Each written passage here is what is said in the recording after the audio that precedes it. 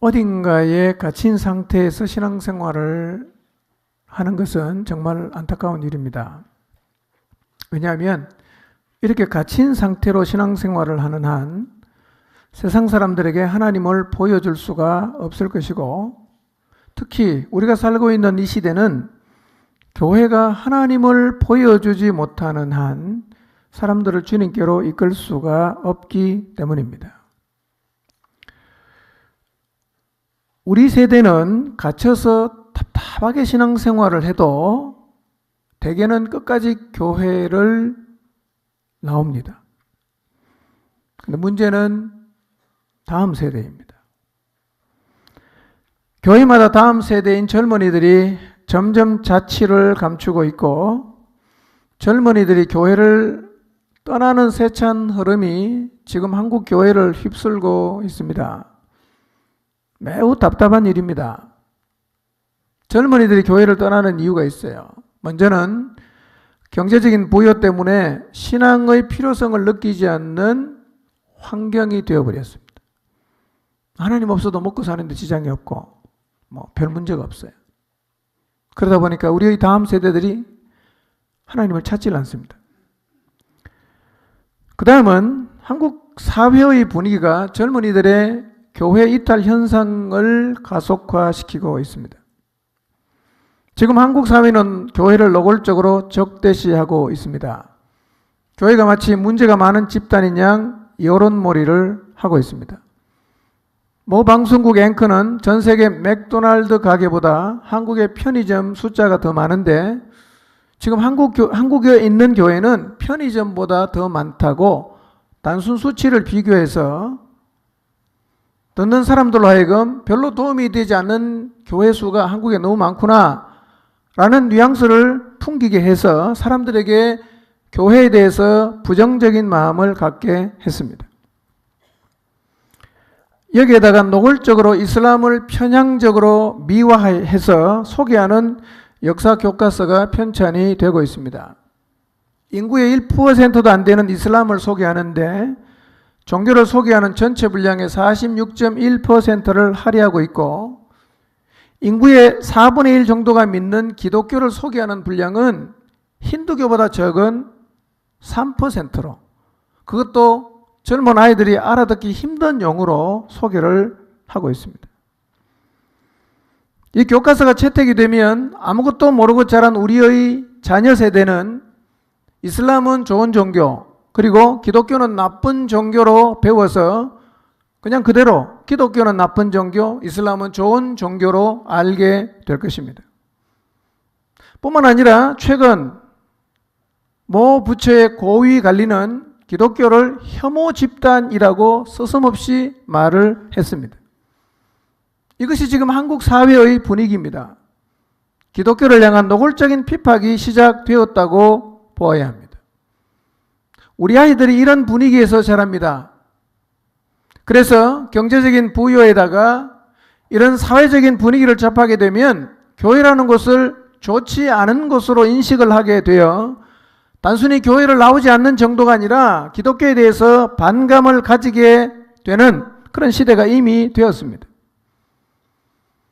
그리고 여기에다가 자녀에게 신앙을 전수하는 일에 적극성을 갖지 않는 부모들의 영향도 한몫을 합니다. 오늘날 신앙인으로 자처하는 부모 가운데에도 신앙은 자유라고 말하는 사람들이 많습니다. 아주 쿨해 보이고 지성인처럼 보일 수 있지만 사실은 매우 심각한 현상입니다. 이런 분위기로 인해서 신앙인의 자녀들까지도 교회를 떠나고 있어요. 교회 안에는 늙은이만 남아 있습니다. 이렇게 지금의 시대는 젊은이들이 교회를 떠나게 하는 경제적인 부요, 교회를 부정적으로 몰고 있는 사회적인 분위기, 그리고 믿음을 잃어버린 부모라는 삼박자가 시너지 효과를 발휘하고 있습니다. 교회가 아무런 대책 없이 이대로 간다면 10년 후, 그리고 20년 후에 한국 교회의 모습은 정말 어떻게 될 것인가? 생각만 해도 끔찍합니다. 그리고 10년, 20년 이후에 한국 사회에서 교회의 위상은 어느 정도일까? 정말 걱정하지 않을 수가 없습니다. 이처럼 어딘가에 갇힌 상태에서 신앙생활을 하는 사람이 많아진다는 말은 지금도 문제지만 더 심각한 것은 다음 세대가 송두리째 사라져버린다는 것입니다. 어떻게 이 상황을 교회가 대응할 수 있을까요?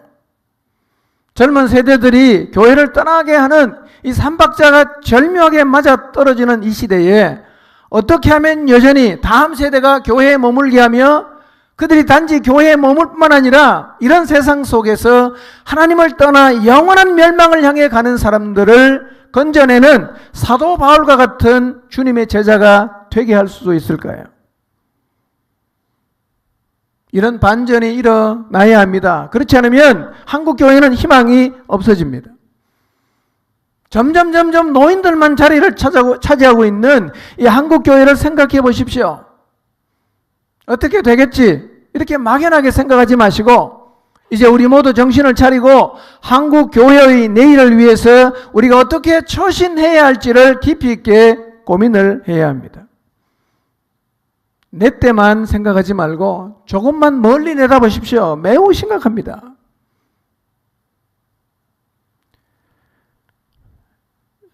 그렇다고 해도 희망이 완전히 없는 것은 아닙니다. 오늘 저는 여러분에게 절망을 말씀드리려고 하는 것은 아니에요. 희망을 말씀드리려고 합니다. 세상이 어떻게 변해도 복음 안에는 희망이 있습니다. 지금도 성도가 성도다워지고 교회가 교회다워져서 하나님을 세상 사람들에게 보여줄 수만 있다면 한국 교회는 다시 일어날 수 있습니다. 아무리 하나님을 무시하는 사람도 자신의 눈앞에서 그라사 광인처럼 희망이 없는 사람이 새롭게 되는 주님의 능력을 통해서 하나님이 정말 살아계신다는 것을 보게 된다면 그 사람의 하나님을 향한 태도는 분명히 달라집니다. 그래서 그의 가족이나 주변 사람 가운데 정말 그라사 광인처럼 희망을 볼 수 없는 사람이 있다면 자기 자신이 그렇게 무시하고 모두 가든 하나님께로 나가보라고 전도하는 일들이 일어나게 될 것입니다. 그래서 오늘 우리 시대에 정말 필요한 그리스도인은 성실한 그리스도인이 아닙니다. 그냥 열심히 하는 헌신적인 그리스도인도 아닙니다. 착한 그리스도인도 아닙니다. 세상에 하나님을 보여줄 수 있는 그리스도인이 필요합니다. 여러분 모두가 이런 그리스도인이 되시기를 바랍니다. 하나님을 보여줘야 돼요. 그냥 열심히 하는 게 중요하지 않습니다. 그냥 착한 게 중요하지 않아요. 하나님을 부정하는 사람에게도 야 내가 하나님 부정할 수 없네. 진짜 하나님 살아계신다 라고 말할 수밖에 없는 그런 삶을 살아내는 것이 우리에게 주어진 시대적인 과제입니다. 이대로 가면 한국교회 완전히 주저앉을 수밖에 없습니다.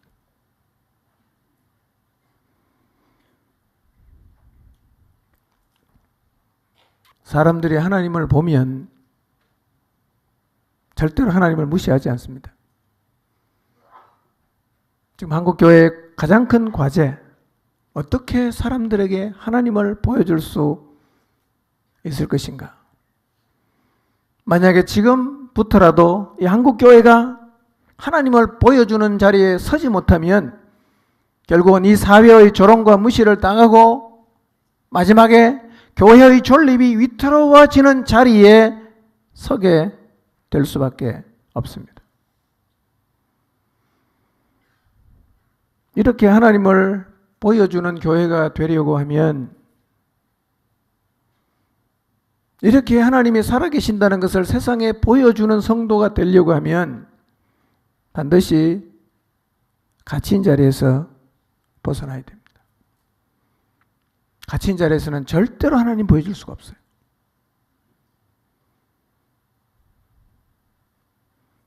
가데스 바네에 머물러 40년을 살았던 이스라엘은 그 시대 사람들에게 하나님을 보여줄 수가 없었습니다. 우리가 갇힌 자리에 있어도 최선을 다하면 성실한 그리스도인, 종교심으로라도 착한 그리스도인 정도는 될 수가 있습니다. 그러나 갇혀있는 상태에서는 하나님은 절대로 보여줄 수가 없어요.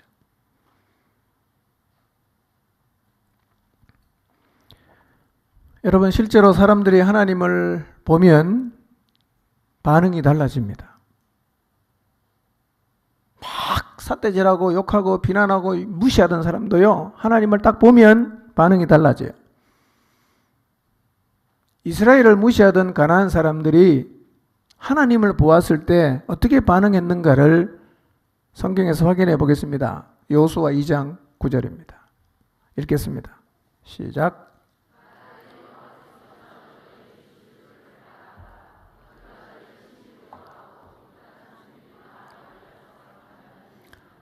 앞에부터 쭉 읽어보시면 이스라엘이 요단을 건너갔어요.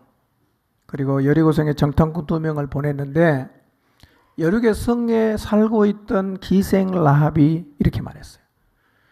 여호와께서 이 땅을 너희에게 주신 줄을 내가 안다.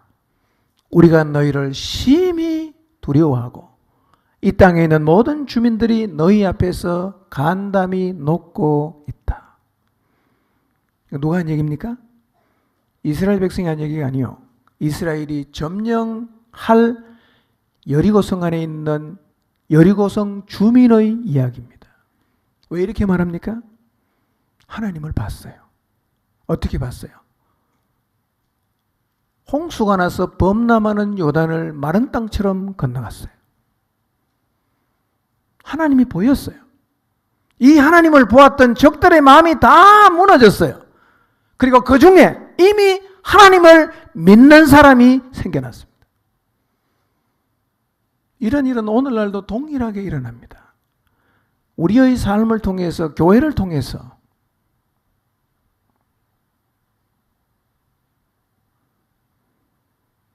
하나님을 보여줄 수 있다면 이런 놀라운 일이 우리 시대에도 재현될 것입니다. 아멘입니까?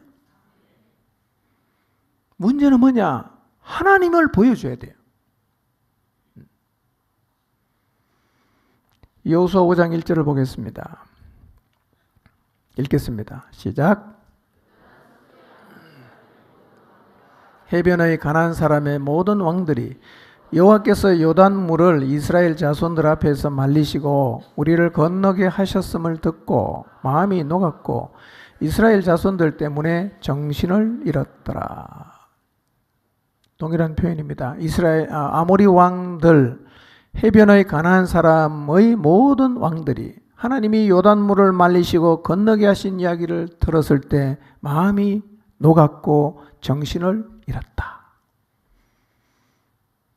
오늘날 이 땅에 있는 교회를 통해서 하나님이 사람들에게 보여지기를 시작하면 사람들이 틀림없이 이렇게 반응할 것입니다. 이것이 교회가 살 수 있는 비결입니다. 이것이 교회가 살아날 수 있는 유일한 길입니다. 우리 모두가 이런 교회 되기를 사모해야 됩니다. 작게는 여러분의 목장이 이런 목장 되기를 사모하시기를 바랍니다. 이제는 정말 교회가 정신을 바짝 차려야 하는 때가 이미 왔습니다.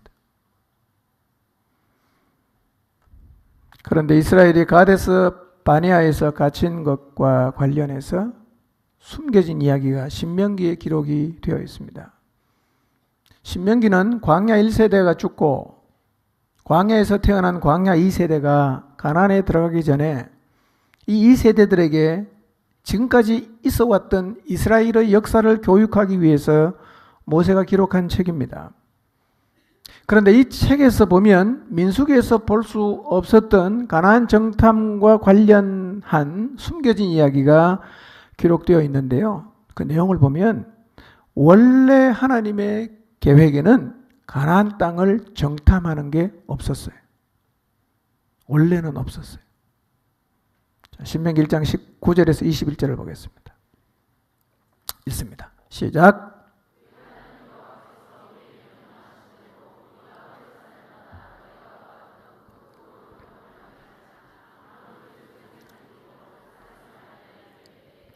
내가 너에게 이르기를 우리 하나님 여호와께서 우리에게 주신 아모리 족속의 산지에 너희가 이르렀나니 너희의 하나님 여호와께서 이 땅을 너희 앞에 두셨은즉 너희 조상의 하나님 여호와께서 너희에게 이르신 대로 올라가서 차지하라. 두려워하지 말라, 주저하지 말라 한즉 그랬어요. 모세가 회고합니다. 아모리 족속이 살고 있는 산지 앞, 곧 가데스 바네아에 이르렀을 때 하나님은 모세를 통해서 말씀하십니다. 너희 조상의 하나님 여호와께서 너희에게 이르신 대로 저 땅에 올라가서 차지해라. 두려워하지 말고 주저하지 말아라. 고 말씀을 하셨어요. 그러나 이 말씀에 비춰보면 원래 하나님의 계획은 가데스 바네아에서 머무는 게 아니라 바로 가나안 땅으로 진격하는 거였어요. 바로 들어가서 차지하는 것이었습니다. 그런데 그 가데스 바네아에 도착했을 때 이스라엘 백성이 와서 요청을 합니다. 뭐라고 요청하느냐 하면 사람을 좀 먼저 보내갖고 우리들을 위해서 그 땅을 정탐하고 어느 길로 올라가야 할지 어느 성읍으로 들어가야 할 것을 좀 우리가 알자.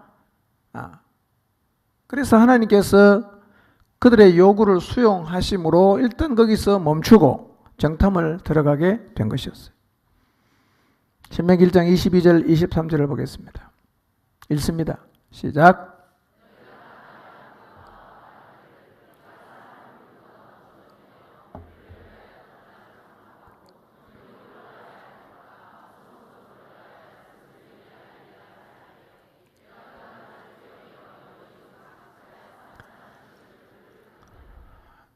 이게 실체적인 진실이에요. 미리 한번 가서 정탐을 해야 되지 않겠습니까? 라고 했을 때 모세가 아마 하나님과 교제가 있은 이후에 허락을 했어요. 그래서 정탐군을 보낸 다음에 그들은 그 땅에 갇히고 말았습니다. 이 일을 통해서 우리가 배울 수 있는 교훈이 있습니다. 그게 뭐냐면 하나님이 우리에게 첫 번째 주시는 게 언제나 최선이에요. 첫 번째 주는 게 최선입니다.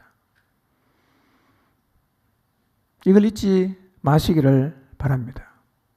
그래서 하나님이 우리에게 말씀하실 때 그 첫 번째 말씀에 순종하지 않고 자기의 생각이나 경험이나 논리로 다른 길을 자꾸 요구를 하면 설령 그것이 관철이 된다고 해도 그것은 차선이거나 아니면 최악이 될 수가 있다는 사실을 기억하셔야 합니다.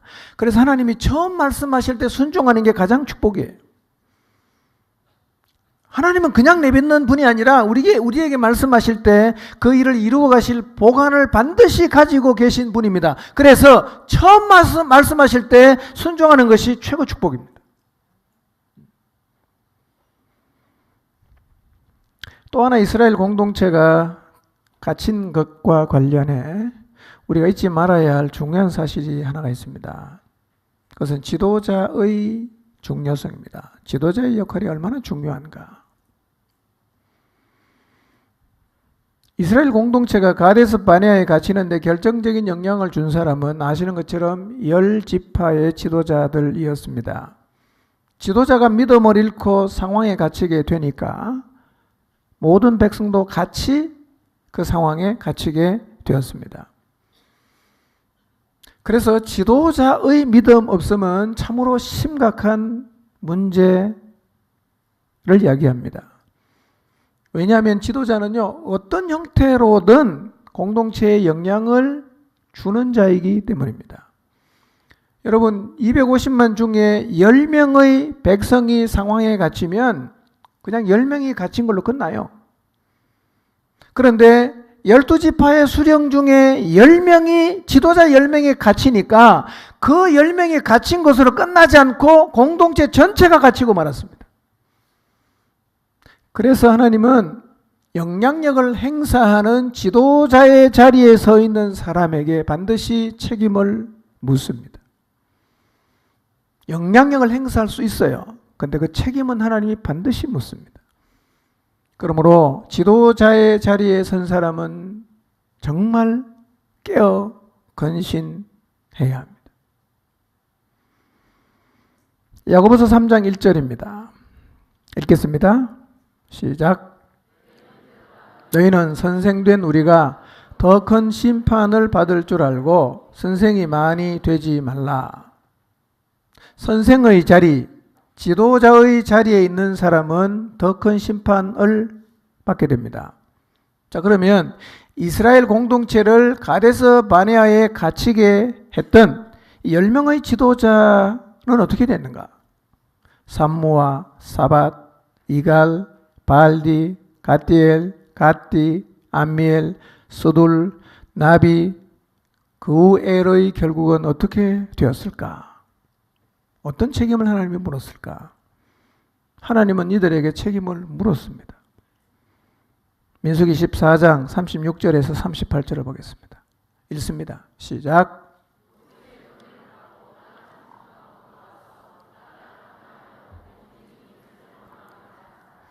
곧 그 땅에 대하여 악평한 자들은 여호와 앞에서 재앙으로 죽었고 그 땅을 정탐하러 갔던 사람들 중에서 네, 하나님이 주신 약속의 땅을 악평하고 온 회중이 모세를 원망하게 만들었던 사람, 그 땅에 대해서 나쁜 소문을 퍼뜨렸던 10지파의 지도자들은 결국 하나님 앞에서 재앙으로 죽었다. 그랬습니다. 그냥 죽은 게 아니에요. 재앙으로 죽었습니다. 무슨 얘기입니까? 하나님께서 이스라엘 공동체를 좌초하게 만들었던 이 지도자들에게 책임을 물었다는 얘기입니다. 그러나 깨어 있어서 상황에 갇히지 않았던 지도자 여호수아와 갈렙은 하나님이 재앙을 내리지 않으셨어요. 그러므로 저를 포함해서 포중침의 지도자의 자리에 계신 여러분, 10명의 지도자의 결국과 여호수아와 갈렙의 결국을 기억하면서 공동체에 좋은 영향을 미치는 믿음 있는 지도자로 살아가기로 다짐하시기를 바랍니다. 하나님은 갚아주십니다. 좋은 쪽이든 나쁜 쪽이든. 특히 지도자는 더 무거운 책임을 져야 합니다. 이제 이번 시리즈 말씀의 결론입니다. 그러면 내가 갇혔다고 하면 어떻게 빠져나올 수 있는가? 갇히지 않으려고 하면 어떻게 해야 되는가? 거기에 대해서 좀 말씀을 드리겠습니다. 여러분, 실제로 여호수아와 갈렙은요, 다른 10명과 함께 정탐을 갔다 왔지만 상황에 갇히지 않았어요. 그리고 하나님은 이 두 사람을 통해서 조상들에게 약속하신 가나안 땅을 정복하게 하셨어요. 여러분, 여호수아를 필두로 해서 이스라엘 백성 2세대가 가나안 땅을 정복한 것을 보면 열 정탐꾼이 말한 것처럼 가나안을 정복하는 일이 불가능한 일이 아니었다는 거예요. 10명은 가면 죽을 것처럼 말했지만 실제로 여호수아와 갈렙이 말한 그대로 그들은 가서 차지했어요. 가나안이 정복하기가 불가능한 땅이 아니었습니다. 그런데도 그들은 말했어요. 우리는 그 백성을 치지 못한다.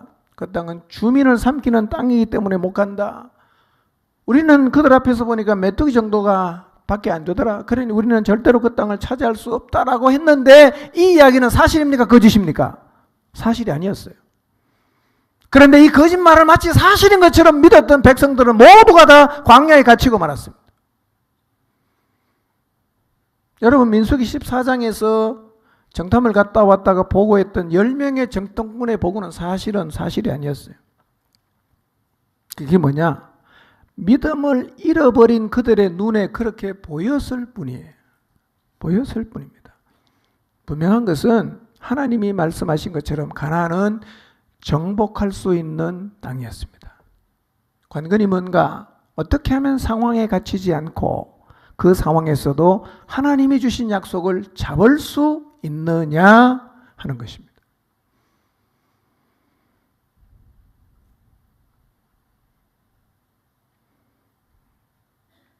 열 명의 정탐꾼이 가나안에 들어가는 걸 포기했어요. 하나님은 다음 세대의 지도자로 여호수아를 세우십니다.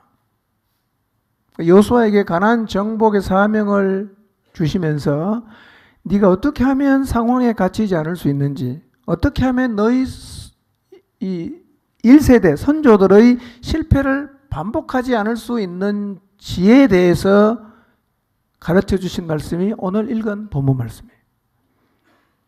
어떻게 하면 갇히지 않는가? 어떻게 하면 갇힌 자리에서 빠져나올 수 있는가? 자, 여호수아 1장 1절 2절을 보겠습니다. 읽습니다. 시작.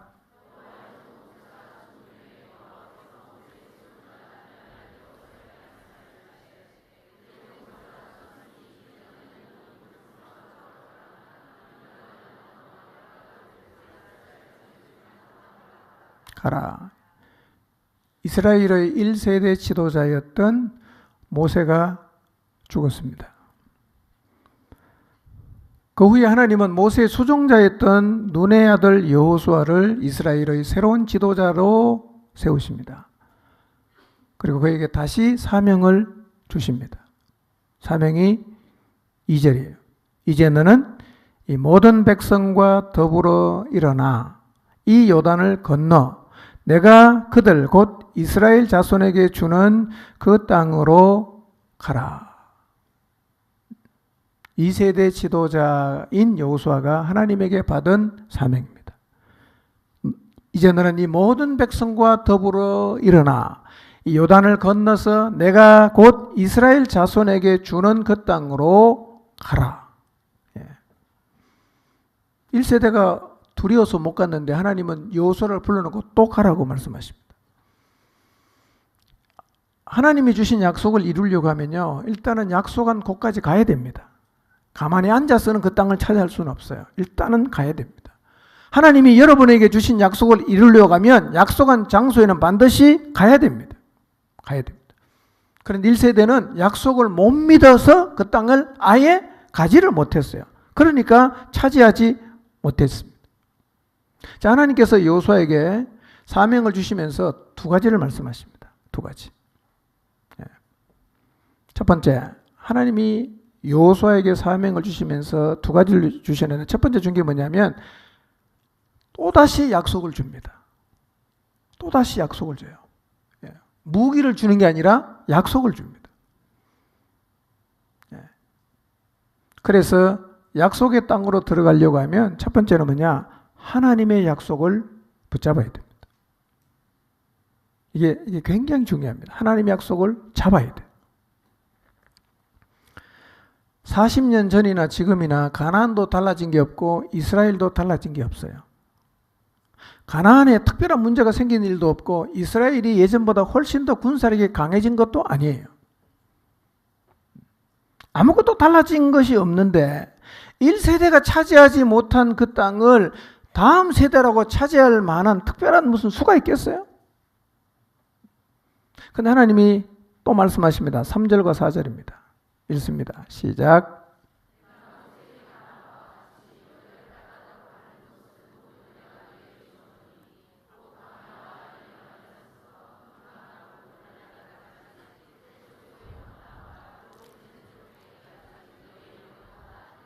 네. 3절에 하나님 뭐라고 말씀하시냐? 가라고 한 다음에 그 다음에 3절에서는 뭐라고 말씀하십니까? 가서 밟으면 너희 땅이 된다는 거예요. 이것도 약속이에요. 그러니까 이스라엘이 가나안에 들어갈 수 있는 근거는 뭐냐면 군사력이 아니라 하나님의 약속이에요. 약속. 이게 근거예요. 가나안을 차지할 수 있는 근거가 뭐냐? 약속이에요. 그렇기 때문에 중요한 것은 약속을 잡아야 됩니다. 잡아야 돼요.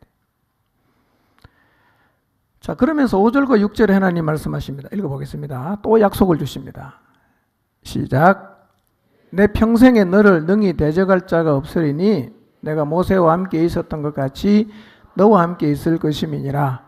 내가 너를 떠나지 아니하며 버리지 아니하리니 강하고 담대하라. 너는 내가 그들의 조상에게 맹세하여 그들에게 주리라 한 땅을 이 백성에게 차지하게 하리라. 자, 몇 가지 약속이 있는가 보세요. 너의 평생에 너를 능히 대적할 자가 없을 거다. 네가 가서 차지하면 되는데 첫 번째 약속은 너를 능히 대적할 자가 없다. 두 번째, 내가 모세와 함께 있던 것 같이 너와 함께 있을 거다. 셋째, 내가 너를 떠나지 않을 것이고 너를 버리지 않을 것이다.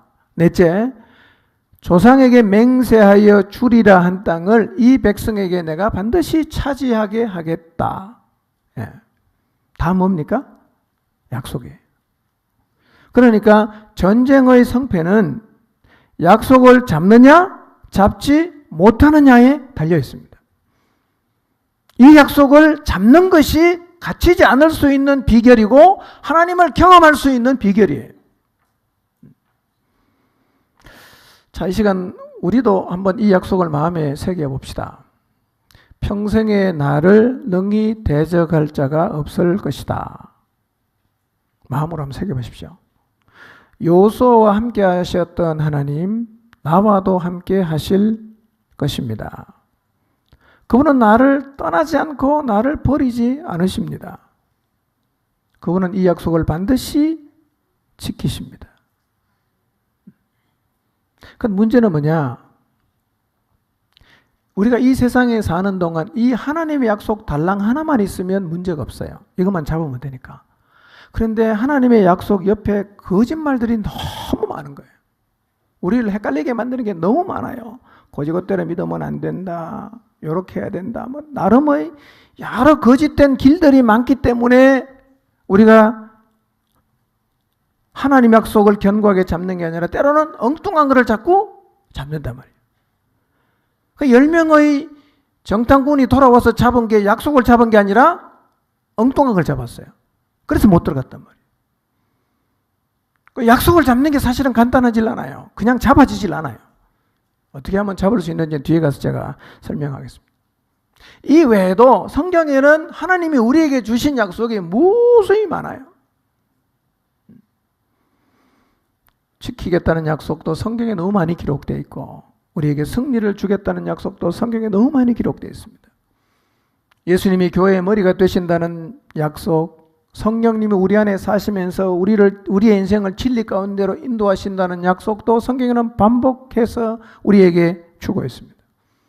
우리는 이 약속을 매일 붙들어야 됩니다.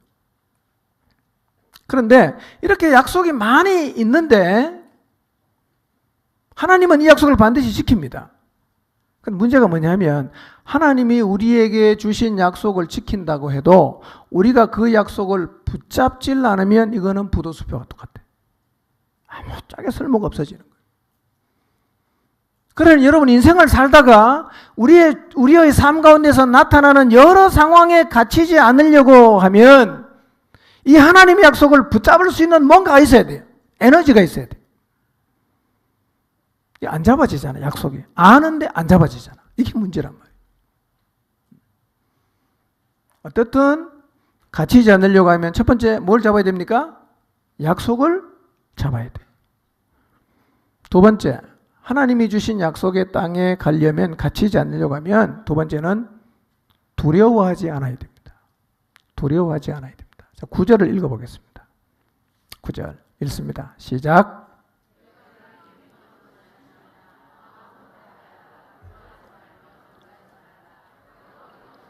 내 하나님 여호와가 너와 함께 하느니라 하시니라. 강하고 담대하라. 두려워하지 말며 놀라지 말라. 이 두려움의 감정은 참 심각한 겁니다. 이 감정에 사로잡히면 어떤 인간도 꺾입니다. 그런데 이 두려움의 감정은 의외로 우리에게 자주 찾아와요. 아마 여러분 인생 살면서 매일 그 두려움 앞에 아마 서실 거예요. 경제적인 문제, 내 미래를 생각하고 자녀를 생각하고 나라를 생각하고 뭐 쭉 생각해 보면요, 순식간 우리의 마음속에 순간순간 밀려오는 두려움 같은 게 있어요. 그런데 이 두려움이 어떨 때는 하루에도 여러 번 찾아오기도 하는데 심각한 건 뭐냐? 아예 그 두려움에 사로잡혀서 사는 거예요. 두려움에 딱 사로잡히면 이 사람 완전히 갇힌 거예요. 열 정탐꾼처럼 선택할 수밖에 없고 열 정탐꾼처럼 살아갈 수밖에 없습니다. 그러니까 두려움에 갇히지 않으려고 하면 두려움에 갇히지 않을 수 있는 방법을 갖고 있어야 돼요. 밀려오는 두려움을 어떻게 밀어낼 수 있을까? 밀려오는 두려움, 나를 감싸고 있는 두려움에서 어떻게 내가 갇히지 않을 수 있을까? 길을 알고 있어야 돼요. 길이 있어요. 여러분, 열정탐꾼이 가나안을 갔다 와서 굉장히 두려워했잖아요. 두 명은 어땠어요? 두 명은 하나도 안 두려워했어요. 그러니까 우리에게 두려움을 가져다 주는 것은 우리가 생각할 때는 상황이라고 생각하지만 사실은 시각입니다. 눈이 문제예요. 왜냐하면 똑같은 걸 봤는데 10명은 두려움에 떠는데 2명은 아무렇지도 않았거든요. 믿음이 없는 눈으로 보면 우리 눈에도 모든 상황이 가나안을 두려움으로 쳐다보았던 열정탐꾼과 같이 보게 돼 있어요. 다 두렵습니다. 그런데 그리스도인인 우리의 마음속에는 두려움이 아니라 평강이 있어야 됩니다. 평강. 평강을 가지고 살기를 주님이 원하지만 사실은 우리도 두려움의 영향을 굉장히 많이 받아요. 주님이 십자가에 달려 돌아가신 때 제자들은 다 도망가서 어느 집에 숨어서 문을 잠그고 있는데 부활하신 주님께서 그 제자들에게 찾아오셨어요. 이렇게 말씀하십니다. 요한복음 20장 19절과 21절. 같은 장소에서 두 번 말씀하시는데 읽어보겠습니다. 시작. 이날 곧 안식 후 첫날 저녁 때에 제자들이 유대인들을 두려워하여 모인 곳의 문들을 닫았더니 예수께서 오사 가운데에 서서 이르시되 너희에게 평강이 있을지어다. 21절. 또 이르시되 너희에게 평강이 있을지어다. 아버지께서 나를 보내신 것 같이 나도 너희를 보내노라. 너희에게 평강이 있을지어다. 같은 장소에서 두 번 말씀하십니다. 무슨 의미일까요? 그만큼 지금 제자들이 두려움에 떨고 있다는 얘기죠. 평강을 주시는 주님께서 이 시간 두려움에 떨고 있는 분이 있다면 다가가셔서 여러분 마음에도 평강을 주시기를 바랍니다. 물 밀듯이 밀려오는 주님의 평강이 여러분의 마음속에 자리를 잡고 여러분 안에 자리 잡고 있던 모든 두려움과 상한 감정들이 다 밀려나는 은혜가 있게 되시기를 바랍니다. 자, 이제 제일 중요한 핵심이에요. 어떻게 하면 내 모든 삶의 상황에서 하나님의 약속을 붙잡을 수 있는가? 어떻게 하면 두려움에 사로잡히지 않을 수 있는가? 사실은 이게 우리의 고뇌입니다. 약속을 잡고 싶어요. 근데 안 잡아지는 거예요. 두려워하지 않고 살고 싶습니다. 근데 두려움이 떠나질 않아요. 이게 우리의 딜레마입니다. 나도 여호수아 갈렙처럼 어떤 상황에서도 하나님의 약속만 붙잡고 저벅저벅 믿음으로 걸어가고 싶은데 상황 앞에만 딱 서면 너무 겁이 나서 약속을 잡는 게 아니라 상황을 잡고 계속해서 내가 주저앉는단 말이에요. 답은 알아. 이걸 잡아야 된다는 거. 근데 실제로 나는 이걸 잡고 있어요. 두려워하지 않아야 된다는 건 내가 알아요. 그런데 두려운데 이 두려움의 문제를 내 힘으로 해결할 방법이 없다. 이게 문제입니다. 어떻게 하면 모든 상황에서 약속을 잡을 수 있는가? 어떻게 하면 모든 사람이 두려워하는 가운데에서도 그리스도인답게 평강을 누릴 수가 있을까? 여러분 실제로 가나안으로 가는 일 만만치 않습니다. 당장 요단을 건너는 것도 쉬운 일이 아니에요. 배도 없는데 어떻게 건너갑니까? 그 다음에 가나안의 첫 번째 성인이 여리고는요, 이스라엘 백성의 입장에서 군사적인 측면으로 보면 답이 안 나오는 거예요. 여리고성은 두께가 마차가 교행이 되는 정도로 굉장히 견고한 성이었습니다. 이스라엘에 포가 있나요? 무슨 미사일이 있나요? 아무것도 없어요. 답이 안 나오죠. 그리고 여리고를 무너뜨리고 가나안에 설령 들어간다고 해도 가나안에 들어가서 만나게 되는 수많은 도시 국가들 그리고 아낙 자손들 쉽지 않습니다. 매번 새롭게 다가오는 불가능해 보이는 상황 앞에서 여호수아는 늘 하나님의 약속을 잡아야 하고 그 상황에서도 여호수아는 두려워하지 않아야 되는데 그냥 너 약속 잡아라 그냥 두려워하지 말라 그렇게 말하기는 쉽지만 그렇게 할 수 있는 방법을 가르쳐줘야 되잖아. 근데 하나님이 방법을 가르쳐줬어요. 모든 상황을 치고 가야 하는 여호수아에게 하나님은 이렇게 답을 주십니다. 8절, 7절, 8절입니다. 읽겠습니다. 시작.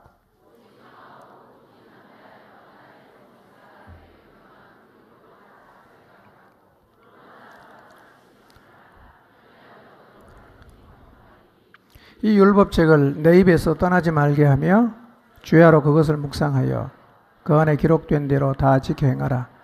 그리하면 내 길이 평탄하게 될 것이며 내가 형통하리라. 사실은 가나안 정복 전쟁을 하기 전에 하나님이 여호수아를 불러서 사명을 주신 다음에 하나님께서 여호수아에게 가장 주시고 싶어 했던 핵심되는 당부가 바로 이거예요. 첫 번째 뭐냐? 율법책을 내 입에서 떠나지 말게 하고 주야로 묵상해라. 다소 생뚱맞아 보이는 말씀이에요. 하나님 이렇게 말씀하셨어요. 묵상하라는 말은 다른 의미로 이런 것입니다. 입에서 낮은 목소리로 읊조리라는 말입니다. 읊조리라. 이런 얘기입니다. 묵상하라는 말의 의미는 그냥 머리로 골똘히 생각하라 그런 의미가 아니라 길을 가다 혹은 혼자 집에 있을 때, 숙소에 있을 때, 잠을 자다가 정신이 들었을 때 늘 하나님의 말씀을 읊조리라는 거예요. 이렇게 나와 함께 하시는 하나님. 하나님은 나를 떠나시지 않아. 그 하나님이 이 땅을 우리에게 주실 거야. 나는 주의 말씀에 순종해야 돼. 하나님은 살아계셔. 하나님은 나와 함께 하셔. 혼자 계속 이렇게 읊조리라는 거예요. 아마 여호수아가 그렇게 했을 거예요. 여리고성 앞에서 그 견관성을 보면서 마음에 두려움이 밀려오려고 할 때마다 읊조립니다. 하나님이 나와 함께 하셔. 하나님이 이 성을 준다고 약속하셨어. 혼자 계속 읊조리는 거예요.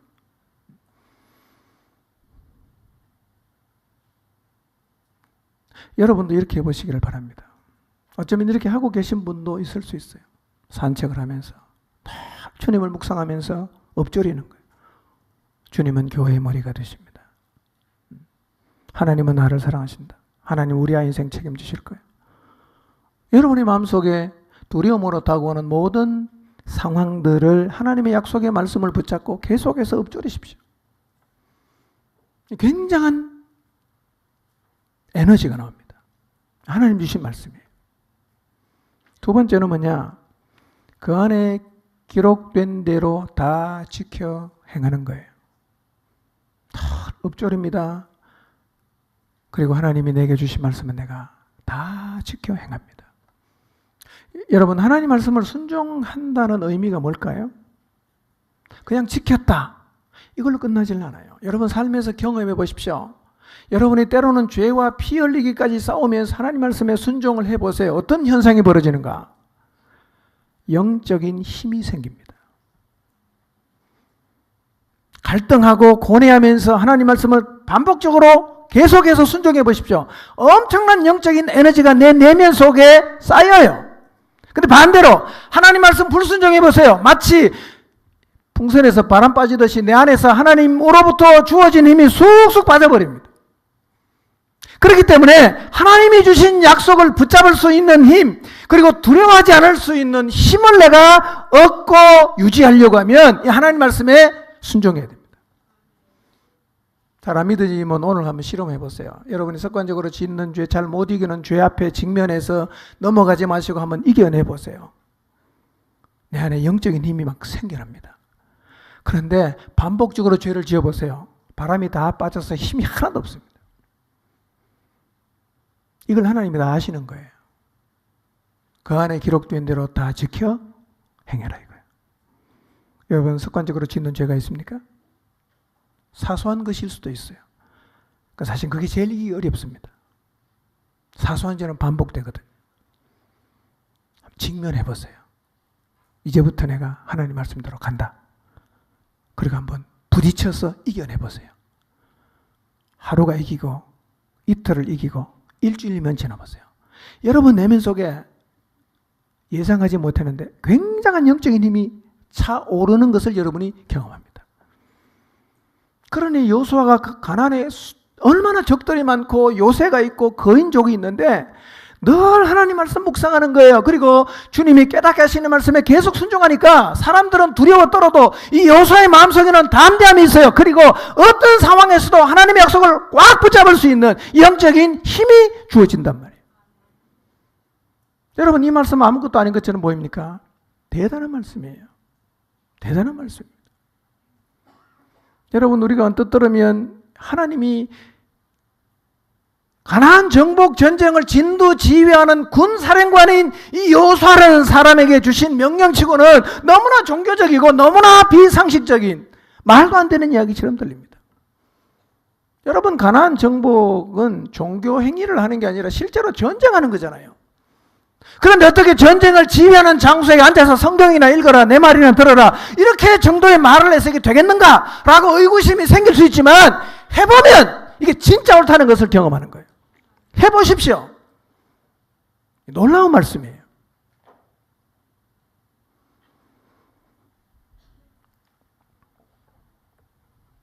총사령관의 이 일을 해야 됩니다. 아멘입니까? 이 말씀이 왜 옳았냐면 가나안을 정복하는 일을 누가 하십니까? 하나님이 해요. 그럼 여호수아는 뭘 해야 됩니까? 지금 여호수아의 과제는 이거예요. 어떤 상황에서도 두려워하지 않는 겁니다. 두려워하지 않아야 진군할 수 있잖아. 갈 수 있잖아. 두려움에 발이 안 떨어지는데.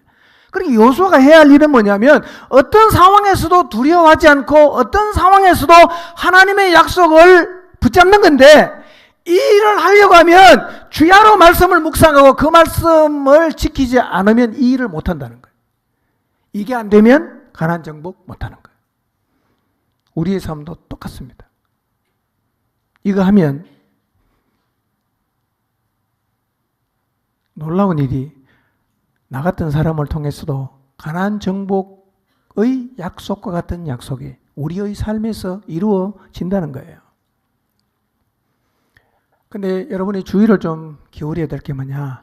묵상을 하는데 주야로 묵상하라 그랬어요. 우리가 에베소서 6장 말씀을 통해서 하나님의 전신갑주로 무장할 때 성경을 언제 읽으라 그랬어요? 아침에도 읽고 밤에도 읽으라 그랬잖아. 주야로. 그러니 사실은 여호수아 1장 1절은 에베소서 6장 10절에 있는 말씀과 비슷한 얘기예요. 비슷한 얘기입니다. 영적 전쟁, 가나안 전쟁. 주야로 묵상해라. 똑같은 겁니다. 그러니까 가나안 정복을 전쟁하는 내내 여호수아는 모든 일을 결정하는 지휘관으로서 고뇌가 많고 갈등이 많아. 야, 내가 진짜 이 상황에서 이 말씀 붙잡고 가야 되나 이거? 진짜 믿어도 되나 이거? 이런 갈등이 생길 수 있어요.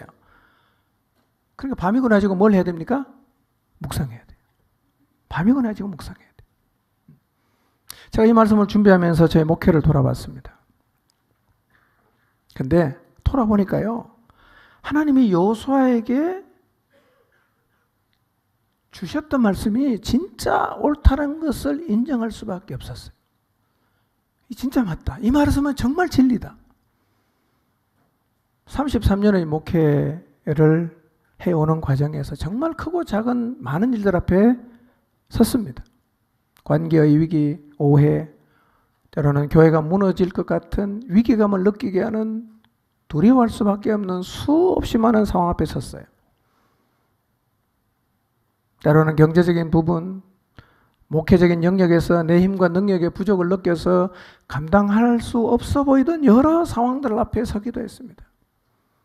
생각해 봤어요. 내가 이 상황을 어떻게 돌파해 왔는가? 어디에서 이 힘이 나왔는가? 하나님 말씀 그대로예요. 주야로 묵상하고 기도하고 하나님 말씀을 순종하는 데서 나왔어요. 삶의 경험을 통해서 고백할 수 있어요. 이 말 진짜 진리입니다. 정말 진리예요. 여러분, 제가 말씀을 묵상하고 기도하고 하나님 말씀을 순종하면서 갔을 때 내 내면에 어떤 일이 일어나느냐면 상황이 어떠하든지 간에 하나님 말씀을 붙잡을 수 있는 힘이 생겼어요. 이것만 붙잡고 있는 거예요. 다 지나갔어요. 이거 붙잡고 지나갔어요. 이 붙잡는 힘이 관건인데 이 힘이 어디서 나오냐? 하나님이 여호수아에게 말씀하신 것만 제대로 하면 이 힘은 여호수아만 가질 수 있는 게 아니라 우리 모두도 동일하게 가질 수 있어요. 끝까지 하나님의 약속을 붙잡고 갈 수가 있습니다. 뿐만 아니라 묵상하고 기도하고 말씀을 순종함으로 걸어갔을 때 신기하게 내 마음의 두려움이 다 사라져요. 그리고 주님이 주시는 평강이 제 마음속에 찾아왔어요. 그래서 예측하기 힘든 미래가 어떤 쪽으로 흘러갈지를 짐작조차 할 수 없는 그런 모든 상황 앞에서도 평정심이 생깁니다. 괜찮아요. 이 모든 일의 주권자가 누구입니까? 하나님이거든요. 하나님은 계속 일하고 있어요. 우리는 뭐만 하면 됩니까? 붙잡기만 하면 돼요. 그러니까 우리의 문제는 뭡니까? 그것을 붙잡을 수 있는 힘이 없어서 주지 않는 거예요. 이 힘이 우리에게 절대적으로 필요합니다. 그런데 이렇게 기도하고 묵상하고 하나님 말씀을 순종하면서 가면요, 보너스로 주어지는 게 뭐냐면 놀라운 지혜가 나와요. 놀라운 지혜가 납니다. 어떻게 결정하고 어느 쪽으로 가야 될지에 대해서 하나님께서 지혜를 주시는데요, 예, 거기를 따라갔을 때 다 헤쳐나갈 수가 있었어요. 그 돌아보니까 제 목회 여정이 비교적 평탄했어요. 그래도 형통했어요. 왜 그랬을까? 8절에 적어놨어요. 8절 한번 볼까요? 읽겠습니다. 시작.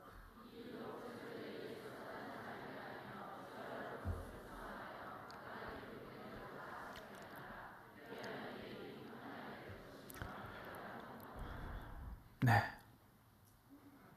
가나안 정복 전쟁을 앞둔 시점에서 이스라엘 군대의 총사령관인 여호수아에게 인간적으로 생각하면 말도 안 되는 이야기처럼 들릴지 모르나 하나님은 주야로 말씀을 묵상하고 그 안에 기록된 대로 다 지켜 행해야 한다는 이 하나님의 당부는 너무나 옳다고 무릎을 칠 수밖에 없는 진짜 명답이에요.